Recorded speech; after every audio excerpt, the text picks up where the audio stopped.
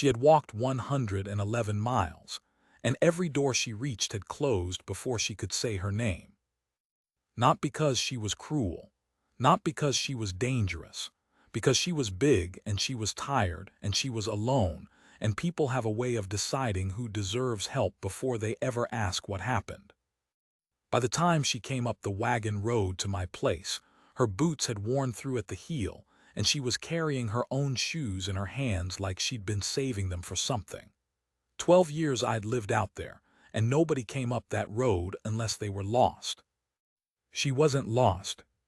She was just the last person on earth who'd been turned away too many times to knock.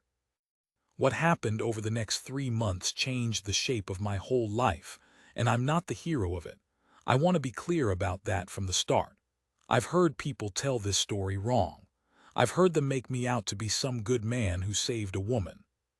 That's not what happened. She saved herself. I just happened to be standing there when she finally had somewhere to do it.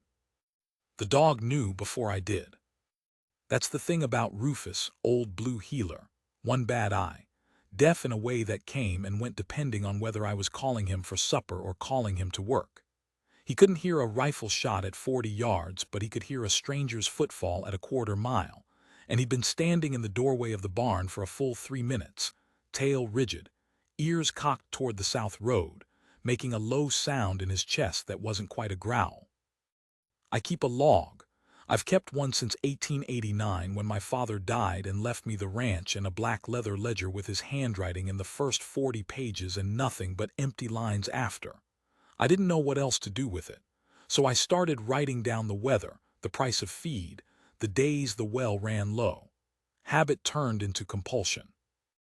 Now I can tell you what the sky looked like on any given morning of the last 12 years, which is a strange kind of wealth and no use at all to anybody. The entry for that day, before she came, reads: October 3rd. Cold at dawn, warm by 10. Wind out of the northwest steady. Fixed the south gate hinge again. It will not hold, nothing here holds. I want you to know I wrote that before I knew anything was coming. I read it back sometimes, and it sits wrong in my stomach, like the ledger knew something I didn't. I set down the hammer and walked out past the barn to see what had Rufus wound up. The road that comes to my place isn't a road so much as a suggestion. 2 ruts through the grass where wagons used to run when the Kessler outfit still had cattle on the flat, and Kessler had been dead 8 years and his cattle sold to Denver, and the ruts were filling in with buffalo grass and prickly pear. Nobody used that road. The mail didn't come that way. The only people who ever came up it were the occasional lost cowhand or somebody who'd read the survey map wrong. There was a figure on it, maybe 600 yards out, moving slow. My first thought, and I'll own it, because I promised myself I'd tell this true, my first thought was drifter, and my second thought was rifle, and I went back into the barn and got the Winchester and stood with it in the crook of my arm, not pointing at anything, just holding it, the way a man does when he wants the world to know he's got options. I've thought about that a great deal since. It took her a long time to cover that 600 yards. Long enough that I could see the way she moved, not the loose swing of somebody walking, but a kind of methodical placement of one foot, and then the other, like each step was a decision she had to make separately. Long enough that I could see she was a woman. Long enough that I could see she was carrying her shoes. Not wearing them, carrying them, held against her chest with both arms, the way you'd carry a child or a sack of something you couldn't afford to drop. She stopped about 30 feet from the gate. She didn't come closer. She just stood there in the road with the sun behind her and the wind pulling at a dress that had been blue once and was now the color of dust and old water, and she looked at me. And she looked at the rifle, and she didn't say anything at all. I want to describe her, but I want to do it the way I saw her, not the way I've heard other people say it since. She was a big woman, broad through the shoulders and heavy through the hips and thick in the arms, built like the kind of woman who'd spent her life doing work that men do and getting paid half for it. Her hair was dark and had come out of whatever pins had held it and hung in a rope down one side of her neck. Her face was sunburned across the nose and cheekbones, and white under the eyes where she'd been squinting. And she was filthy. Not the dirt of a day's travel, the dirt of weeks. It was in the creases of her knuckles and the line of her jaw, and the hem of her dress was black with it. But that's not what I saw first. What I saw first was that she was standing very, very straight. She'd walked God knows how far. She was swaying a little on her feet. I could see it, that fine tremor that comes when the body's gone past tired into something else. And she was standing there in the road with her spine locked, and her chin level and her shoulders back like a woman at a church door. I lowered the rifle. I didn't decide to. My arm just did it. "Ma'am," I said. She swallowed. I watched her throat move. When she spoke, her voice came out cracked and low and about 3 sizes too small for her. "I'm not asking for anything." That was the first thing she ever said to me. I've turned it over 1,000 times since. I'm not asking for anything. Not help me, not water please, not even hello. She led with a refusal, before I could refuse her. "All right," I said. And then neither of us said anything for what felt like a long while. The wind went through the grass. Rufus came around my leg and stood there staring at her with his one good eye, and his tail was going, slow, uncertain, which surprised me because Rufus didn't like anybody. She looked down at the dog.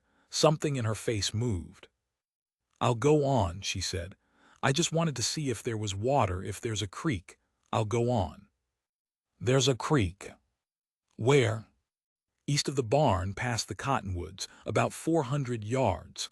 I heard myself say it, and then I heard myself keep going, and I don't know which of us was more surprised. There's also a pump. In the yard. It's closer." She looked at the pump. She looked at me. And I understood, watching her face, that I had just handed her an impossible problem. Because to get to the pump she'd have to walk through the gate, into my yard, past a man with a rifle, and every instinct in her body was screaming that this was how it went wrong. And she was so thirsty. God, she was so thirsty. I could see it in the way her tongue moved behind her lips, the way her eyes kept flicking to the pump and away, like looking at it hurt. "Creek's fine," she said. And she started walking again, east, around the fence line, the long way. She was going to walk 400 extra yards on feet that had already carried her past the end of themselves, because coming into my yard was more frightening than that. I stood there and watched her go about 10 steps. Then I said, loud enough to carry, "Ma'am, I'm going to set this rifle down inside the barn door and I'm going to walk up to the house. The pump handle sticks. You have to pull it hard the first 2 times and then it comes easy." She stopped. She didn't turn around. "There's a cup on the fence post," I said. "It's clean." And then I went and put the rifle away, and I walked up to the house, and I went inside, and I shut the door, and I stood at the window in the dark of the front room like a coward, watching. It took her 4 minutes to come through the gate. I timed it. I have the pocket watch that was my father's, and I stood there with it open in my hand like a lunatic, watching the second hand go around, watching a woman decide whether it was safe to drink. She came through the gate. She went to the pump. She pulled the handle hard the first 2 times and then it came easy, and the water came, and she put her whole face into it. I did not go outside. I want to be honest about the reason, because I think it matters. It wasn't kindness. It wasn't some fine instinct about giving her space. I stood in that dark room and didn't go out because I had not spoken to another human being in 4 months, and I was so out of practice at it that the idea of walking into my own yard and saying words to a woman had me sweating through my shirt. 12 years alone does something to a man. It doesn't make him hard. That's the story people like to tell. It makes him brittle. It makes him forget how to do the ordinary things. My mother used to say I could talk the hind leg off a mule, and now I stood in my own house with my heart going like a rabbit's, because there was a stranger at my pump, and I didn't know what my own voice would sound like if I used it twice in 1 hour. So I watched. She drank until she couldn't drink anymore. Then she sat down on the ground beside the pump, just sat, right down in the dirt, all at once, the way a building comes down, and she put her head back against the pump housing and she closed her eyes. And she stayed like that. 10 minutes, 20. Rufus went over and lay down about 6 feet from her, not touching, just near. At some point I realized she was crying, not making any sound. Just water coming out of her closed eyes and running down through the dirt on her face and leaving 2 clean tracks, and she wasn't wiping it away, wasn't even seeming to notice, and it went on and on and on. I have seen men die. I have seen my father go under a horse and come out the other side of it wrong and take 11 days to finish. I have seen things out here I don't write in the ledger. I have never in my life seen anything as terrible as that woman sitting in my yard, crying without any sound. I went out. I brought bread and a piece of cold ham wrapped in a cloth, and I set it on the ground about 4 feet from her, far enough that she didn't have to be near me to reach it. And I went and sat down on the step of the house, which was about 20 feet away, and I didn't look at her. I looked at the mountains. "There's a bunkhouse," I said to the mountains. "It's got a stove and a bed. Nobody's used it since my father's time. It's not locked. There's no lock on it at all, and there's a bar on the inside of the door." The wind went by. "I'm saying there's a bar on the inside," I said. "Nothing. You can stay in it as long as you want, and I won't come within 100 feet of it. And if you want me to, I'll stay in the barn myself, and you can have the house. And if none of that's any good, you can take that food and go on, and I won't follow you, and I won't tell anybody I saw you." Still nothing. I made myself keep looking at the mountains. My hands were shaking. I put them under my arms. Then very quietly, behind me. "Why?" I thought about it for a long time, long enough that the sun moved. "I don't know," I said. "I've been trying to work that out for the last hour." "That's not an answer." "No." Another long silence. "People don't do things for no reason," she said. Her voice was steadier now with the water in her. It had an edge on it like a broken plate. "Everybody wants something. If you want something, say it now. Say it now while I've still got the legs to walk away." I sat on that step, and I felt something cold go all the way down through me. Because of what that sentence meant. Because of what had to have happened to a person, how many times, for that to be the shape her mouth made without her even having to think about it. "I don't want anything," I said. "Everybody. I've got 2,000 acres and a dead well on the north side and a house with 4 rooms in it, and I have not said 50 words out loud since June." My voice was doing something strange. I let it. "You want to know what I want? I want the gate hinge to hold. I want the rain to come in April instead of July. I want my father to be alive so I could ask him what the hell I'm supposed to be doing out here." I stood up. "I don't want anything from you, ma'am. I don't know you. You could stay 10 years and I wouldn't know you. You want to sleep in a building with a bar on the door, there's one out there. That's the whole of it. That's the entire arrangement." And then, because I couldn't help it, because it had been building in me since the moment I saw her carrying her shoes. "Who did it?" She went very still. "Who did what?" "Who taught you to say that? I'm not asking for anything." I was still looking at the mountains and my eyes were burning and I hated it. "Who made you learn to say that first?" For a long moment she didn't answer. Then she said, "Everybody." Her name was Della Voigt. She told me that on the 3rd day, and she told it to me the way you'd hand over a weapon, deliberately, watching my face to see what I'd do with it. By then she'd been in the bunkhouse 2 nights. I'd left food on a stump halfway between the buildings twice a day and walked away, and it was gone each time, and once there was a tin plate left on the stump washed clean, which felt like a message I didn't know how to read. On the 3rd morning, she was sitting on the bunkhouse step when I came out. She'd washed.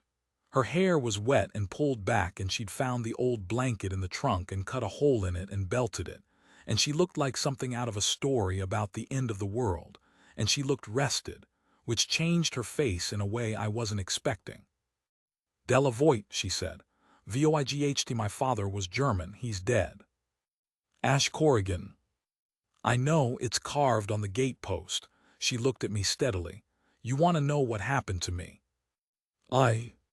"You do, you've been circling it for 3 days like a dog around a snake." She said it without heat. "So ask.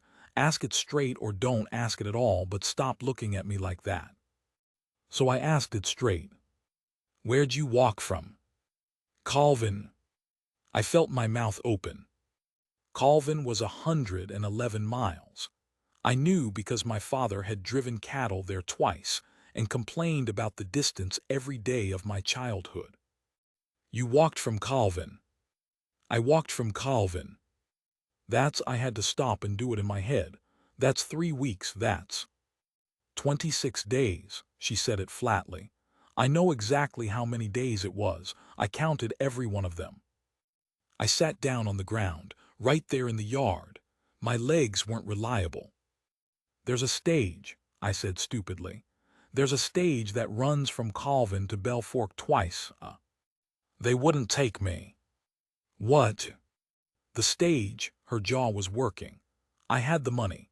I had $4.60, which is exactly the fare, and I stood at the office with it in my hand, and the man looked at me and said the seats were narrow and I'd better wait for a coach that wasn't full."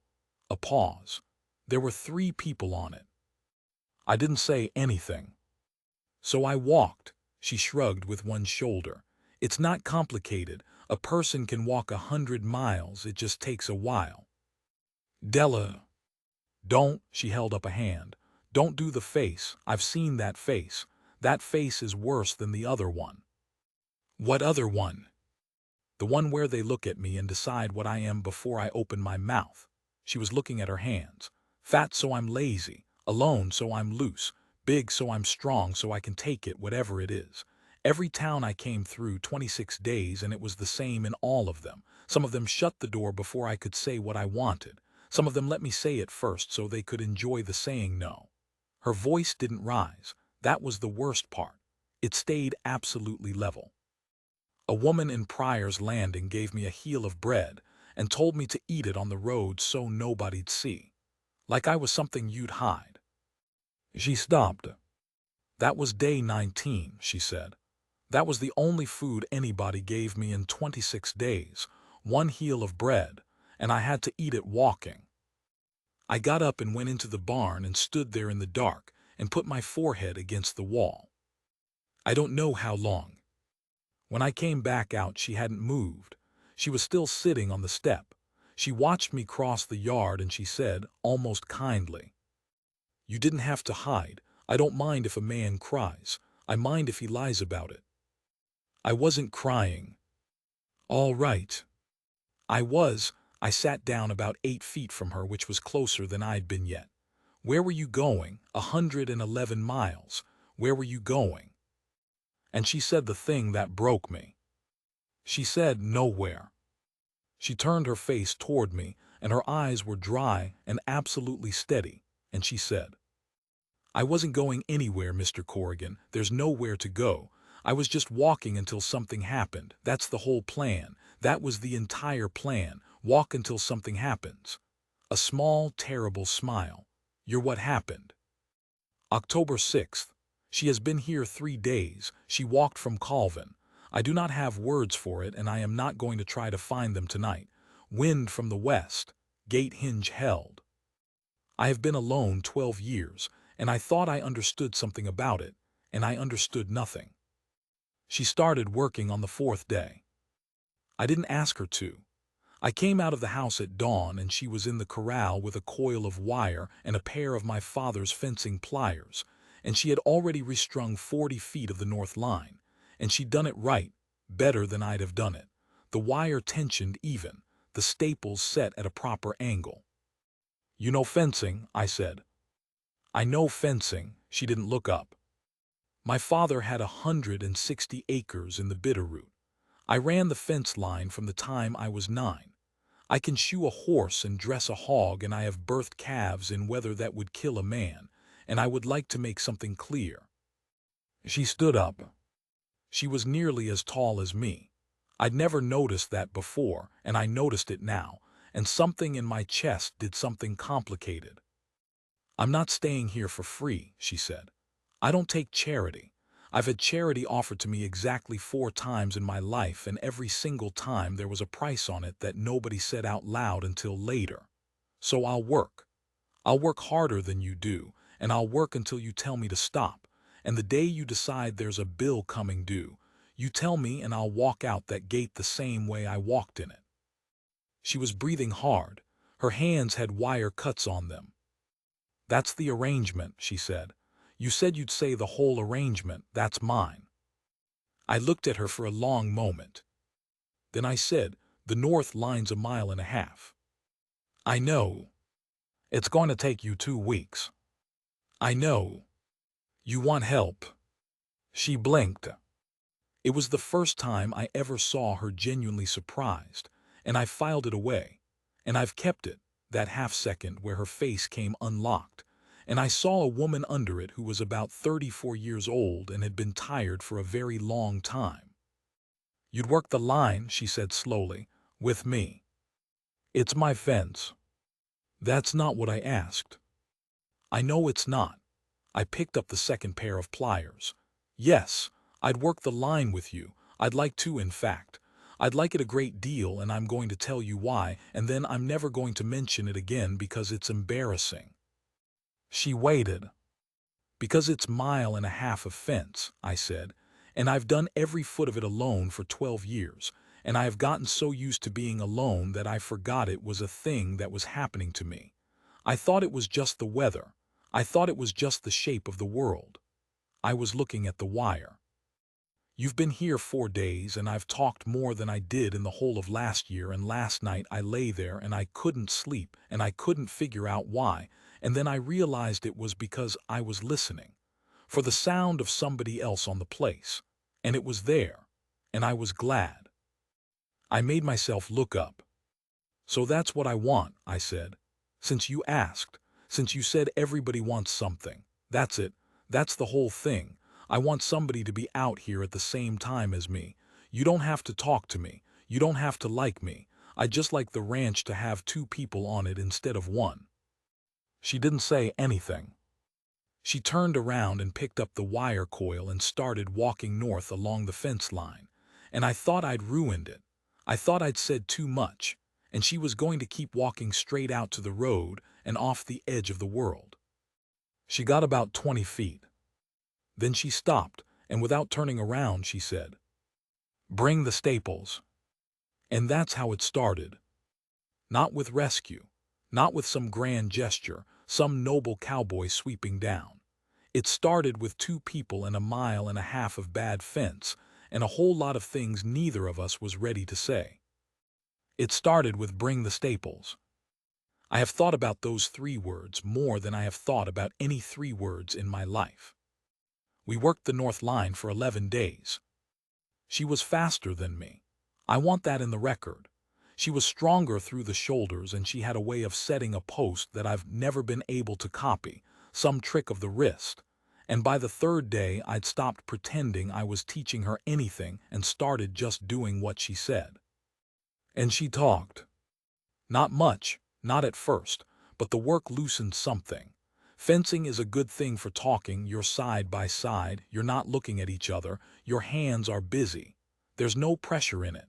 Words can come out sideways and nobody has to make a thing of it. Day 6, she told me about her father, Carl Voigt, who'd homesteaded in the Bitterroot and worked himself to death by 52 and left her 160 acres and a mortgage she couldn't carry. Day 7, she told me about the bank. Day 8, she told me about her brother, who'd come out from Ohio when the trouble started and looked at the books and looked at her and told her the smartest thing she could do was find a man to marry. And when she said she wasn't going to do that, he'd said, and she quoted it to me exactly, staring at the wire, her voice completely flat, "Della, be realistic. Look at yourself." I hit a staple so hard I split the post. "Careful," she said. "He's your brother." He was being kind in his way. She said it without any expression at all. He thought he was helping. That's what nobody understands about it. Half of them think they're helping. She took the hammer out of my hand, not unkindly, and set a fresh staple herself. The cruelty's easier. The cruelty you can be angry at. It's the kindness that gets in under your ribs. Day 9 it rained. We stood under the cottonwoods for 2 hours waiting it out, and she was leaning against the trunk with her eyes closed, and her face turned up to the water coming through the leaves, and I was sitting on a root about 6 feet away trying not to look at her and failing. She said without opening her eyes, "You're starring." "Sorry." "Don't apologize, just tell me why. I'd rather know why." And I could have lied. God knows I wanted to. "Because you're not what I expected," I said. "What'd you expect?" "I don't know, somebody broken." She opened her eyes. "I am broken," she said. "Don't you dare make me a saint. Don't you dare do that. I'm broken all the way through, and I have been for years, and the only thing I've got is that I kept walking. And that's not strength, Ash. That's not some fine thing. That's just what was left when everything else got taken. Walking's what you do when you can't do anything else." The rain came down. "But you kept doing it," I said. "So does a horse with a broken leg, right up until somebody shoots it." "Della." "I'm not being dramatic." Her voice cracked and I saw her hate it, saw her jaw clamp down on it. "I'm being accurate. There is a difference, and I would like somebody in this world to know the difference just once before I die." I got up. I crossed the 6 feet. I didn't touch her. I want to be clear about that. I have never in my life touched a person who didn't ask me to. I stood in front of her in the rain, close enough that I had to look up slightly to meet her eyes. 26 days, I said. Ash. 26 days, 111 miles, every door shut, 19 days without a piece of bread. My voice was going and I let it go, and you came up my road with your back straight. I was tired. You were standing. She looked at me, and her face came apart. She cried for a long time. Not the silent thing from the first day. The other kind, the kind that comes up out of the floor of a person and takes everything with it. She slid down the trunk of that cottonwood and sat in the wet leaves and put her arms over her head and howled, and it went on, and Rufus came and pushed his head under her elbow and she grabbed him and held on. I sat down about 4 feet away, and I didn't say anything, and I didn't touch her, and I didn't leave. That's all I did. That's the entire thing I contributed to the whole business. I didn't leave. After a while, I don't know how long, the rain had stopped and started again. She said, muffled into the dog. 26 days. I know. Nobody's ever said it back to me. Her voice was destroyed. I said it in Pryor's Landing. I said it in Bell Fork. I told a woman at a church and she said God has a plan. Nobody's ever just, she stopped, breathed. Nobody's ever just said the number back to me. I looked at the rain coming off the leaves. 26 days, I said again. And she made a sound I have never forgotten. October 14th. Rain hard all afternoon. North Line finished 1.5 miles, 11 days, 2 people. I do not know what I am doing. I know that I have not written the weather in this book for 4 days because I forgot about it, and I have never once forgotten about it, and I do not know what that means, and I am afraid to find out. There was a man coming. I didn't know it yet, she didn't know it yet. But somewhere back along that 111 miles, somebody had heard where she'd gone. And he was already on the road. The first thing you have to understand about the winter of 1901 is that we should not have survived it, and the reason we did was not courage. It was arithmetic. Della did the arithmetic. She'd been on the place 5 weeks when she came into the house for the first time. She'd never crossed the threshold, not once. She'd worked beside me every day from dawn to dusk and eaten on the step and slept in the bunkhouse with the bar across the door. And if I'd offered her the house, she'd have walked out the gate, and we both knew it, so I never offered. But on the 9th of November, she came up onto the porch and knocked, which was absurd, knocking on the door of a house whose owner was standing right there in the yard behind her. And when I said come in, she went in, and by the time I got inside, she was standing in front of the ledger. The ledger was open on the table, 12 years of weather. She wasn't reading it. She was looking at the other book, the one under it, the account book. Della, how much hay have you got? What? In the loft. She turned around. Her face had gone strange, flat and focused, the way it got when she was setting a post. How many tons, exactly? I don't 11, 12 maybe. You don't know. It's hay. How many cattle? 62 head. Della, what is? You've got 62 head and 12 tons of hay, and it's the 9th of November. She was already moving, already back out the door, and I went after her, and she was climbing the ladder into the loft with her skirt hitched in one fist, and I stood at the bottom and listened to her walking around up there, and she was gone a long time. When she came down, her face was white. 9 tons, she said. Not 12. 9, and 2 of them have got mold in the middle and you can't feed them. That's 7 tons for 62 head. She sat down on a bale hard. Ash, that's 6 weeks. That is 6 weeks of hay, and it's not even snowing yet. I want to tell you, I understood immediately. I didn't. I stood in the barn like a fool and said, the grass'll hold. It usually holds till January. Usually. There's forage on the flat, There is dry grass on the flat, and if it snows before the 1st of December, it will be under 2 feet of it and you will lose every animal you own. She was shaking, not from fear, from something worse. Do you not, Ash? Do you not count? You've been out here 12 years and you don't count. And that landed on me like a horse falling. Because she was right. I'd been running that ranch on the same rhythm my father ran it, and my father ran it on instinct and 40 years of being right. And I had the rhythm and none of the instinct. And I had never once in 12 years sat down and done the arithmetic. And I'd been getting away with it because we'd had 6 mild winters in a row, and I was a lucky man who thought he was a competent one. I sat down on a bale across from her. How bad, I said. Bad. How bad, Della? She looked at me, and she said the worst thing anybody has ever said to me. You're going to lose the ranch. Here is what a lifetime does to a person. Della Voigt had lost 160 acres in the Bitterroot because she couldn't carry a mortgage. She'd walked 111 miles with the shoes off her feet. She had been turned away from every door in 4 counties. And she had come out the other side of all of it with one thing intact, one single thing that nobody had managed to take from her, and it was this. She could look at a disaster and count it. She could look at the thing that was going to kill you and put a number on it.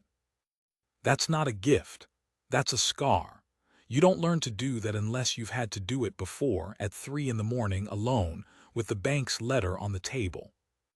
But it was a scar with an edge on it. And she turned it around and she handed it to me. We sat in the barn for 4 hours. She had a stub of pencil and she wrote on the back of a feed sack and she went through it.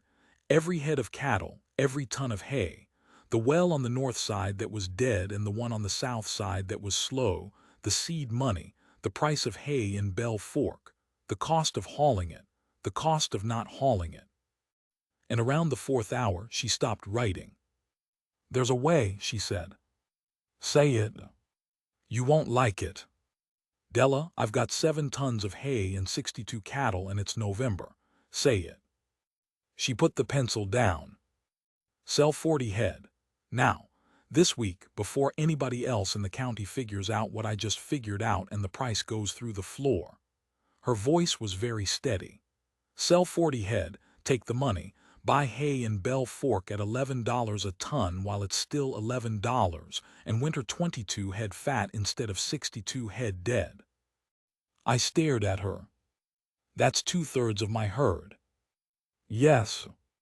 That's Della, that's 12 years. That's every calf I ever pulled out of a cow in the middle of the night, that's the whole. Yes. She didn't look away. It's 2/3 of your herd, and it will feel like cutting your own arm off, and you will hate it, and you will hate me probably. And in April you will have 22 live cows and enough money to buy heifers. And if you don't do it, in April you will have a boneyard. I got up and walked out of the barn. I walked all the way out to the north fence, the 1.5 miles we'd built together, and I stood there and looked at it, and it was a beautiful piece of fence.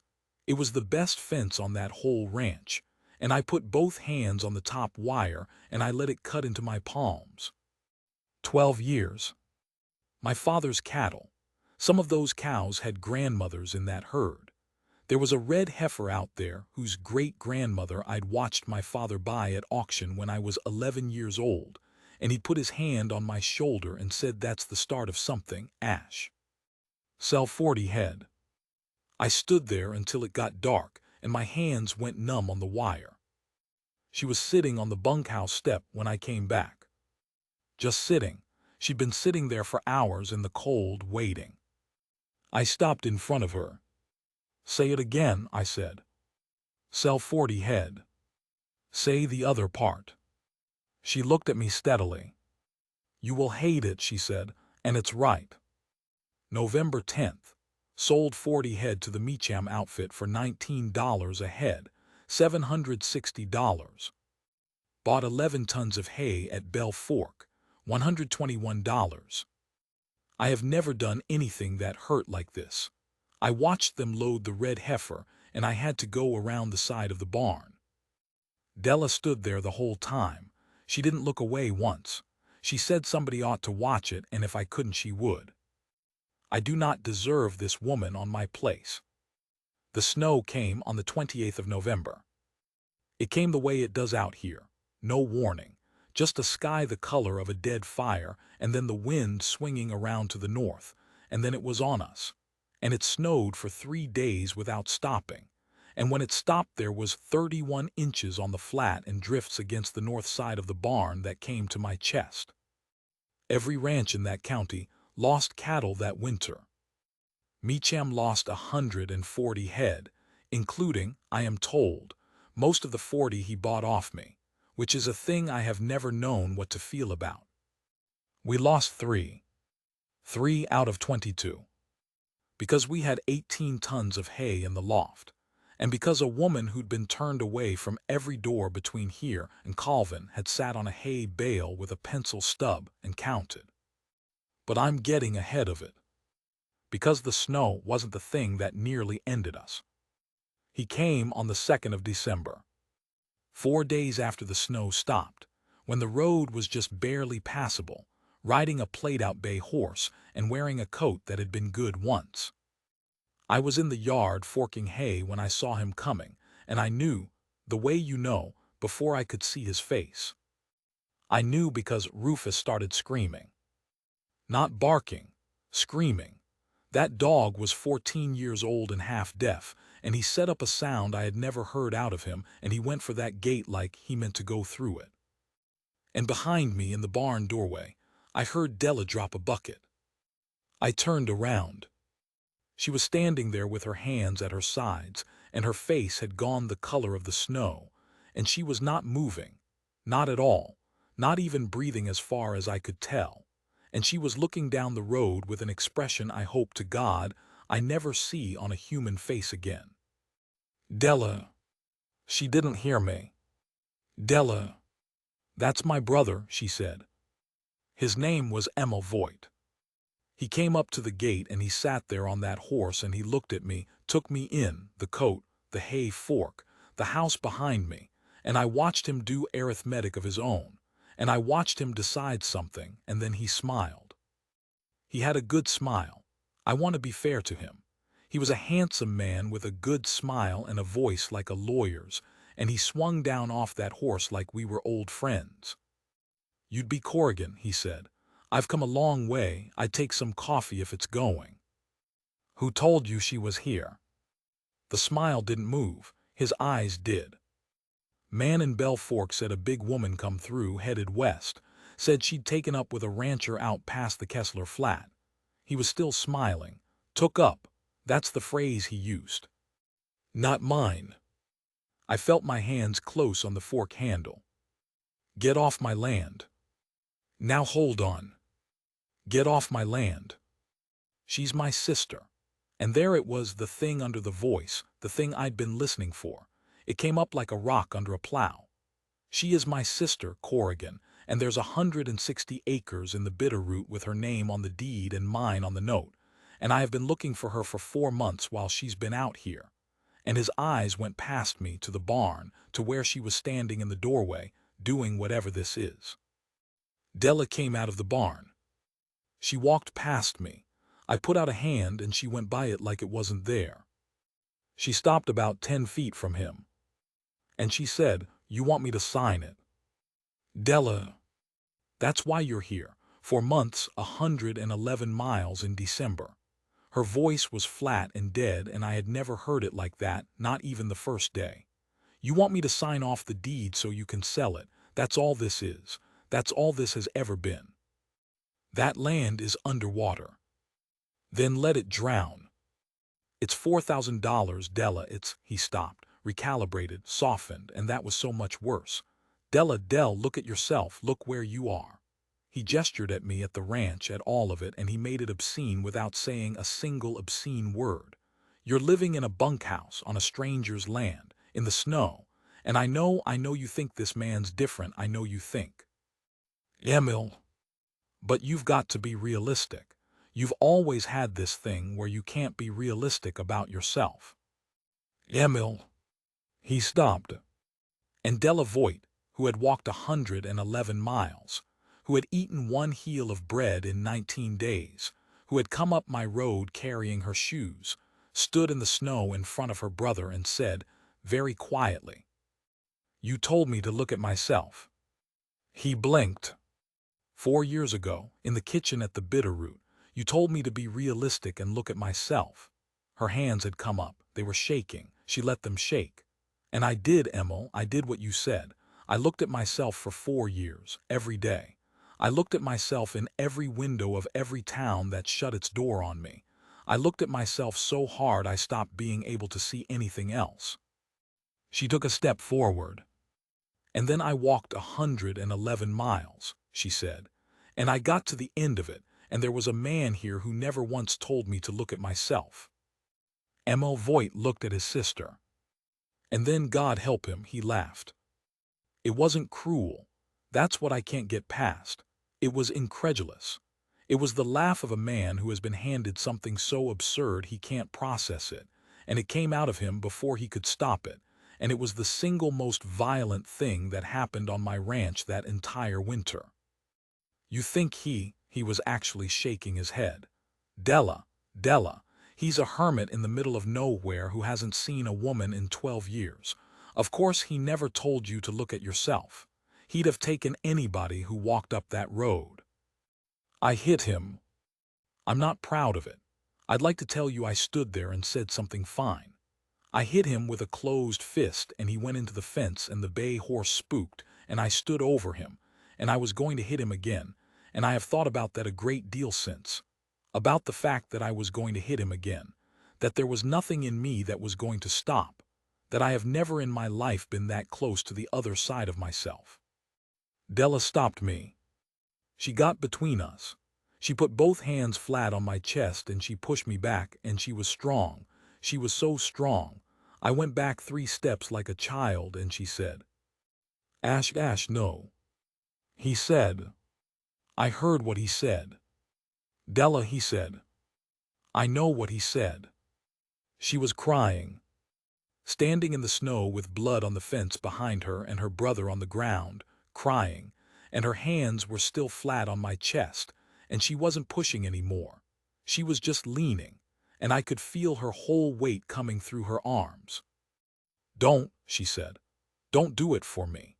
Don't you dare do it for me. If you break your hand on my brother's face, then he was right, don't you see that?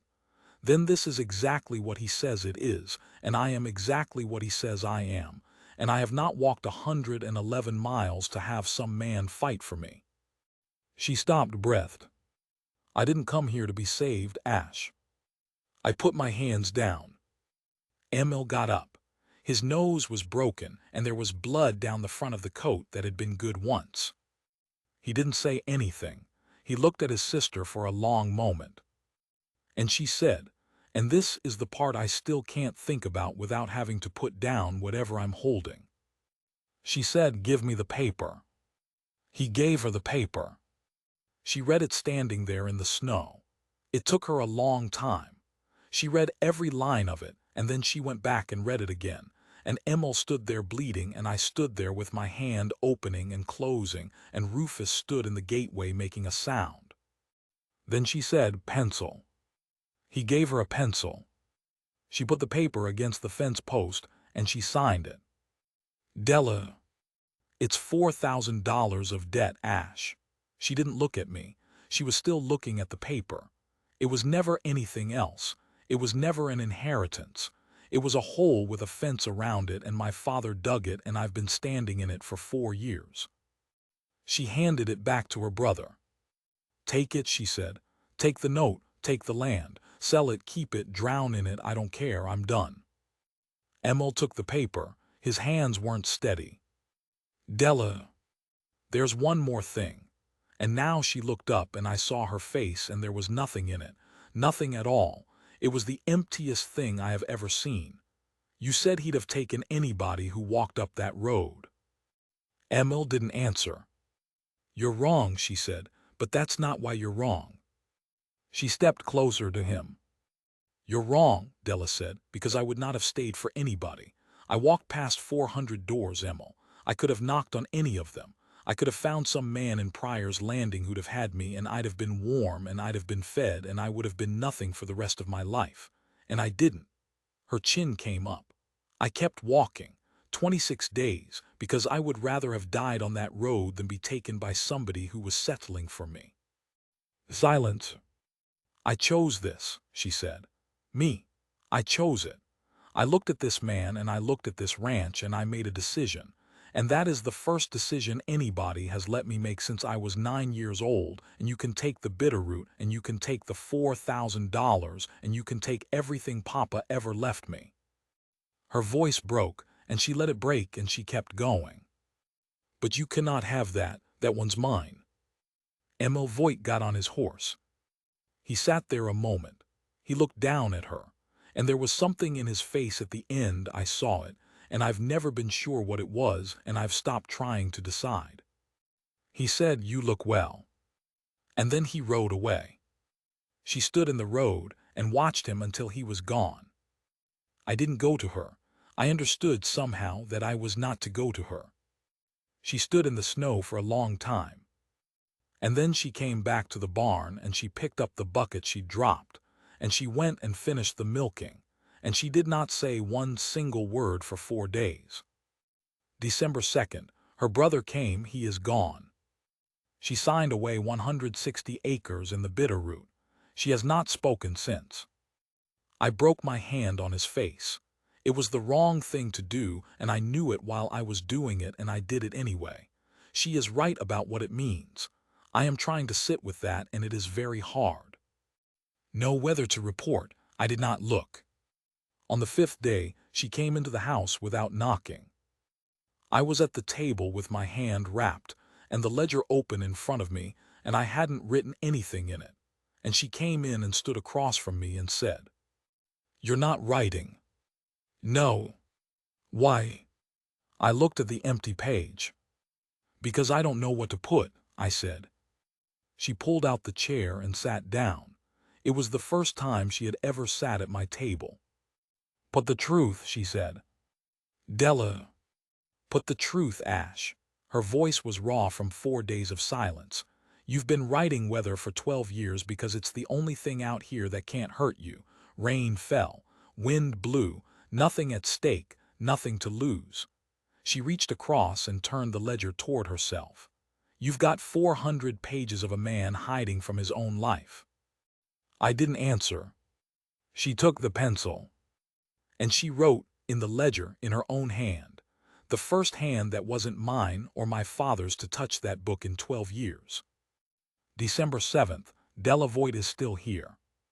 She turned it back around. "There," she said, "now it's a real book."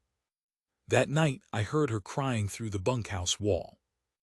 I stood outside in the snow with my broken hand in my pocket for the better part of an hour, and I did not knock, and I did not speak, and eventually I went back inside. I have wondered since whether that was cowardice or whether it was the single most decent thing I ever did. I think it might have been both. There's a thing nobody tells you about a hard winter. They tell you about the cold. They tell you about the cattle and the drifts, and the way your hands crack open at the knuckles and don't heal until March. They don't tell you about the hours. 21 hours of dark. Nothing to do after the feeding but sit in a room with a lamp and listen to the wind. And the wind out here doesn't sound like anything. It just goes on with no shape to it, and a person can lose their mind in it. Men have. There was a fellow over on the Sweetwater in '94 who walked out into it in his shirt sleeves in February, and they found him in April, and everybody said the cold got him, and everybody knew that wasn't true. That's what the winter of 1901 was. 4 months of dark and wind, and 2 people who had run out of things to hide behind.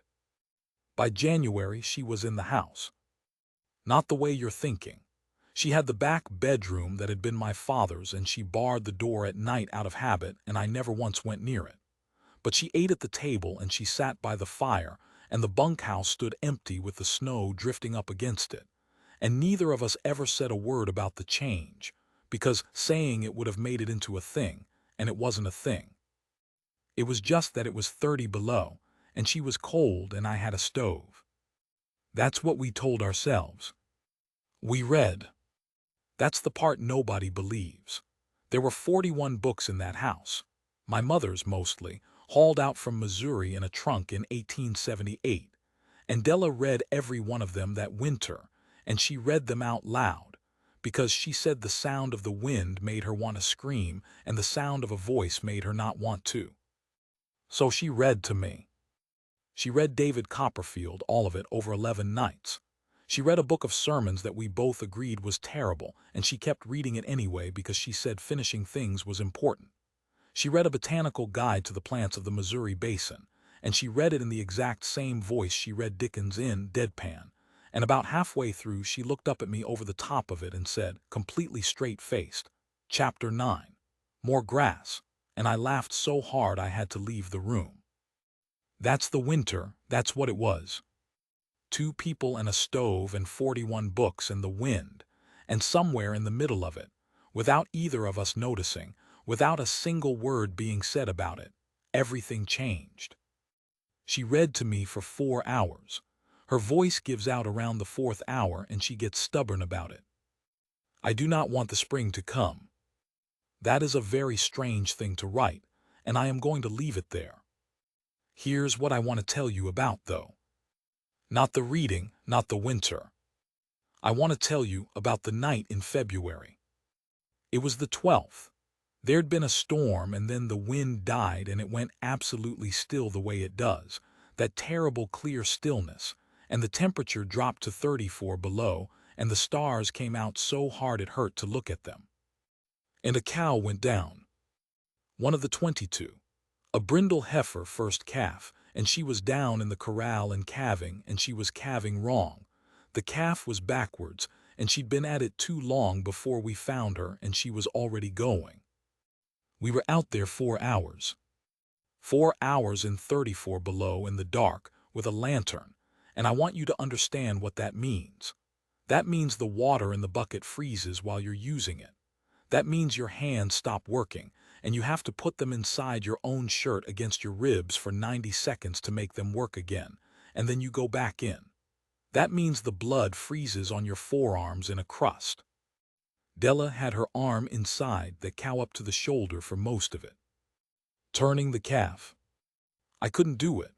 My hands are too big. I'd gotten one arm in and I couldn't get the purchase, couldn't find the hocks, and every minute I spent failing was a minute that heifer was dying, and I pulled out and I was shaking and I said, I can't. Della, I can't get it. And she said, move. And she stripped down to her chemise in 34 below, and she went in. I held the lantern. That's all I did. I held the lantern and I watched a woman on her knees in frozen mud with her bare arm inside a dying animal up to the shoulder, and her face was set in an expression of pure absolute concentration.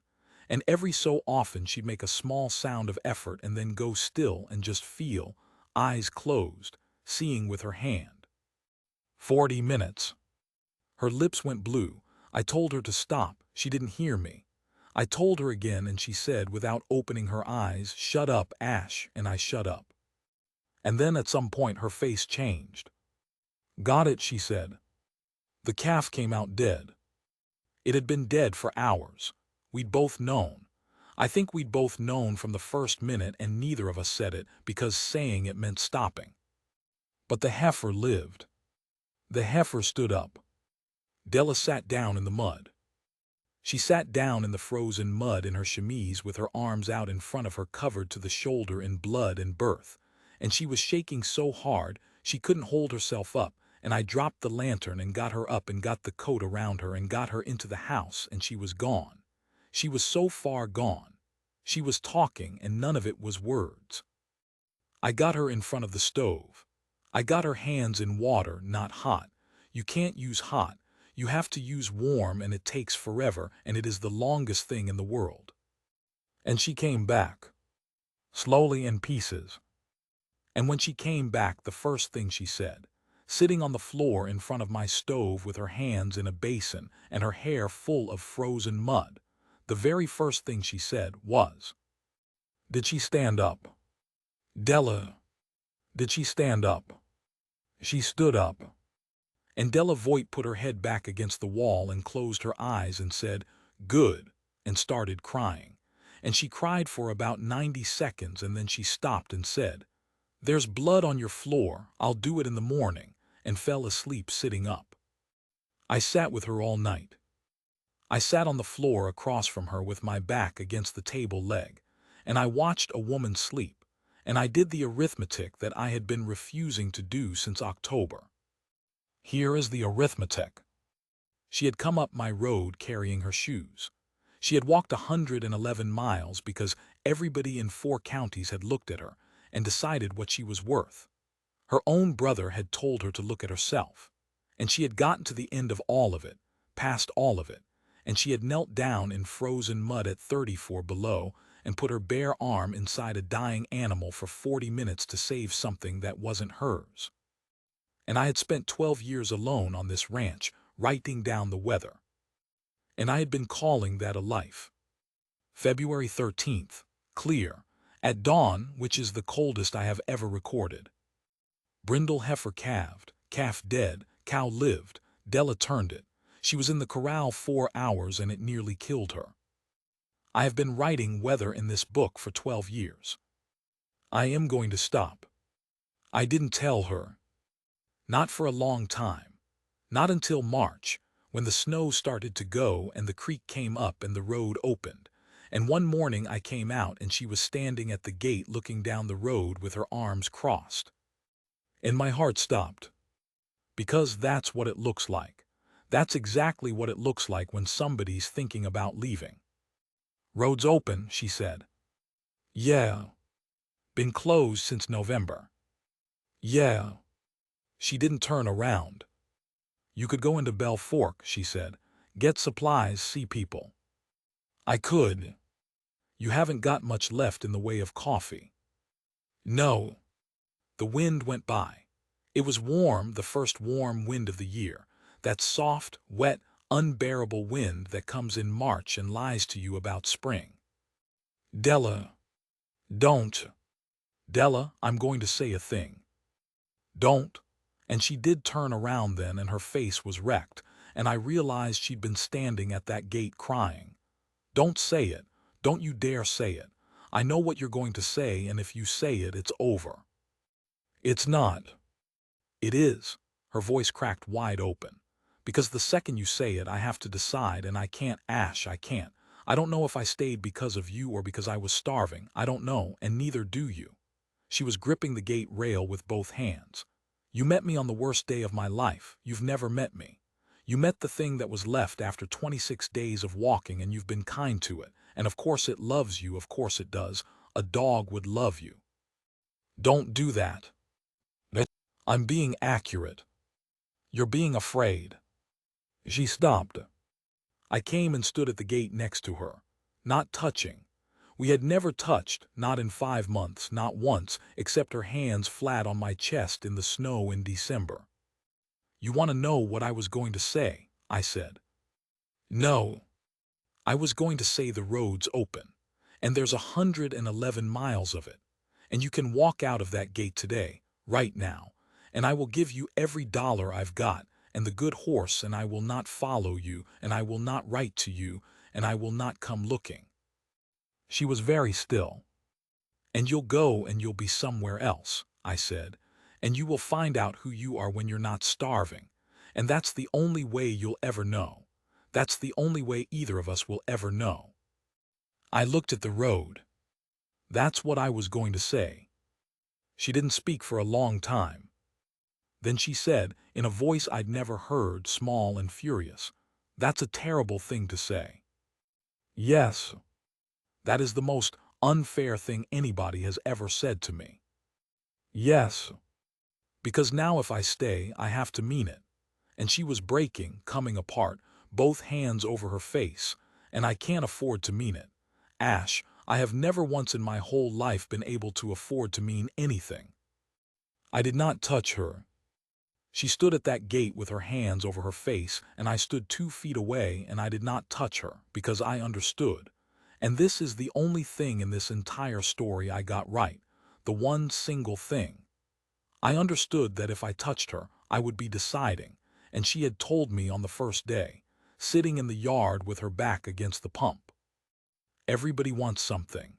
If you want something, say it now, while I've still got the legs to walk away. She had the legs now. That was the whole point. That was the entire point. I'm going into Bell Fork, I said. 3 days' supplies. I stepped back from the gate. The good horse is in the corral. The money's in the coffee tin on the shelf. It's $412, and it's yours if you want it, and I'll never ask. The road's open all the way to Calvin. I turned around. I'll be back Thursday, I said. And I walked to the barn, and I saddled up, and I rode out. I want to tell you what that ride was like. I can't. I've tried in the ledger 4 or 5 times over the years, and every time I get about a paragraph in, and I have to stop. There is nothing in my life that compares to it. Not my father dying. Not the winter. I rode 140 miles round trip over 3 days, and I did not sleep, and I did not eat, and every single mile of it, there was a thing in my chest like a hand closing. I bought coffee. I bought flour and nails and lamp oil and a bolt of blue cloth because it was the color of the dress she'd worn on the first day, and I hated myself the entire time I was buying it. And on Thursday morning, I turned around and rode home. I came up the last rise about 4 in the afternoon. You can see the whole place from that rise. The house, the barn, the corral, the 1.5 miles of good fence running north. I stopped the horse. I sat there. I don't know how long. Long enough that the horse got restless and started pulling at the bit, and I let him stand. I couldn't look. I want you to understand that. I have been called a hard man. I've broken horses and buried my father, and I have shot an animal I raised from a calf, and I could not make myself look down that rise, because down that rise was the corral, and either the good horse was in it or it wasn't, and I did not have it in me. I did not have it in me to find out. I sat on that rise for the better part of an hour with my eyes shut. And then I heard a dog barking. She was at the gate. She was standing at the gate with Rufus going insane at her feet and her hand up over her eyes against the sun, and she'd been standing there. I found out later. She told me years later, and she was furious about telling me. She'd been standing there since dawn. Every day since Tuesday. Standing at the gate since dawn, all day, watching the road. I got down off the horse about 20 feet from her. I didn't trust my legs. "You're back Thursday," she said. Her voice was absolutely level. "You said Thursday." "It's Thursday. It's late Thursday." "Della, you said Thursday, and it is 4 in the afternoon on Thursday." And her voice went completely, all at once. "And I have been standing at this gate since Tuesday, you absolute bastard." I want to write down what happened next, but I've never been able to. I've tried. There are 3 pages in the ledger for March 19th, and they're all crossed out. Here's what I can tell you. She was still there. She'd had the horse and the money and 111 miles of open road in 3 days, and she was still there. And she was standing at my gate screaming at me, and Rufus was barking. And I had a bolt of blue cloth tied behind my saddle that I was too much of a coward to explain. And she came across those 20 feet. And she was the one who did it. I want that in the record. After everything, after all of it, after all the doors and all the miles and every single person who ever decided what she was, she crossed the ground. She chose it. She'd been choosing it the whole time. March 19th, Della is here. I have nothing else to write. I have never had anything else to write. 12 years of weather in this book, and it was all just this, waiting. Della is here. We were married in June, in Bell Fork, by a Methodist minister who looked at us and didn't say anything, which was the greatest kindness anybody in that town ever did us. 19 years. I'm not going to tell you they were easy. They weren't. We lost the North Wells in 04 and had to sell down to 9 head. We had 2 children and buried one, a boy, at 11 months, and there was a year after that when we barely spoke and I thought it was over. There were things she never got past. There were nights, even 10 years in, even 15, when I'd come into a room and see her looking at herself in the window glass with an expression that made me want to burn every mirror in the state. The world didn't stop being what it was. People in Bell Fork said things. A woman at the church said something once at a supper, and Della stood up and walked out and never went back to that church a single day in her life, and I never made her, and I never went back either. You don't get healed. That's the thing I'd tell anybody. You don't get healed. You just get somewhere you can put it down for a while. She died in the spring of 1920. Her heart. It was very fast, and she was in the garden and I was 50 feet away. The last thing she ever said to me was about the fence. She said the south line was going and I ought to see to it before the rain came, and I said I would, and she went back to her beans, and about 10 minutes later she sat down in the dirt. I got to her. She looked at me and she was frightened and she was trying to say something and she couldn't, and I said, because I couldn't think of anything else, because I was 51 years old and I had no words at all. I said 26 days. And she stopped being frightened. I'm 74 now. The ranch went to my daughter and her husband. It's a good outfit. They run 400 head and they've got the North Wells running again and they don't need me for much, which is all right. I still keep the ledger. I've kept it for 62 years and there are 11 volumes of it now, and they sit on the shelf in the room where I sleep. And the 11th one is almost full, and I don't suppose I'll start a 12th. Sometimes I take down the first one. I read the entry for October 3rd, 1901. Fix the south gate hinge again. It will not hold. Nothing here holds. And I read the next one, and the next. And somewhere in November her handwriting starts showing up in it, a word here, a number there, then whole entries, then years of it, and then in 1920 it stops. It just stops. There's a page where her hand ends in the middle of a sentence about seed corn, and the rest is mine, and I have never been able to look at that page for more than a few seconds. But here is what I wanted to say. Here is the whole reason I have written this down, at 74, with a hand that shakes and eyes that aren't much good anymore. They tell it wrong. They tell it in Belle Fork. They told it at her funeral. They told it to my daughter when she was small, the lonely cowboy who took in the woman nobody wanted. And every time I hear it, I want to put my fist through something. Because she was not taken in. She walked 111 miles with her shoes in her hands. She came up that road with her back straight and told me before she told me her name that she wasn't asking for anything. She counted my hay when I was too proud to count it, and she saved my ranch, and she saved my herd, and she put her bare arm inside a dying cow at 34 below because something was suffering and she was there. And she stood at that gate for 3 days with a horse and $400 and an open road. And she stayed. She did that. Not me. I was just the first man in 111 miles who happened to be standing in the yard when she got to the end of herself and found out there was more of her left.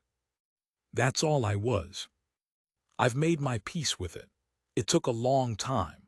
It took most of my life, honestly, to understand that being the man who was standing there is not nothing, that somebody has to be standing there, and there were 400 doors and every one of them was shut, and mine wasn't. But I want it said once by somebody who was there. She didn't need saving. She needed one person to say the number back to her. I went out to the gate this morning. I do it most mornings. My daughter thinks it's sentiment and I let her think it. It's not sentiment. It's that the light comes up the road from the south around 6, and there's a stretch of about 10 minutes where it hits the ruts just right. And if you stand at the gate and look down it and your eyes aren't much good anymore, well, sometimes there's somebody on it.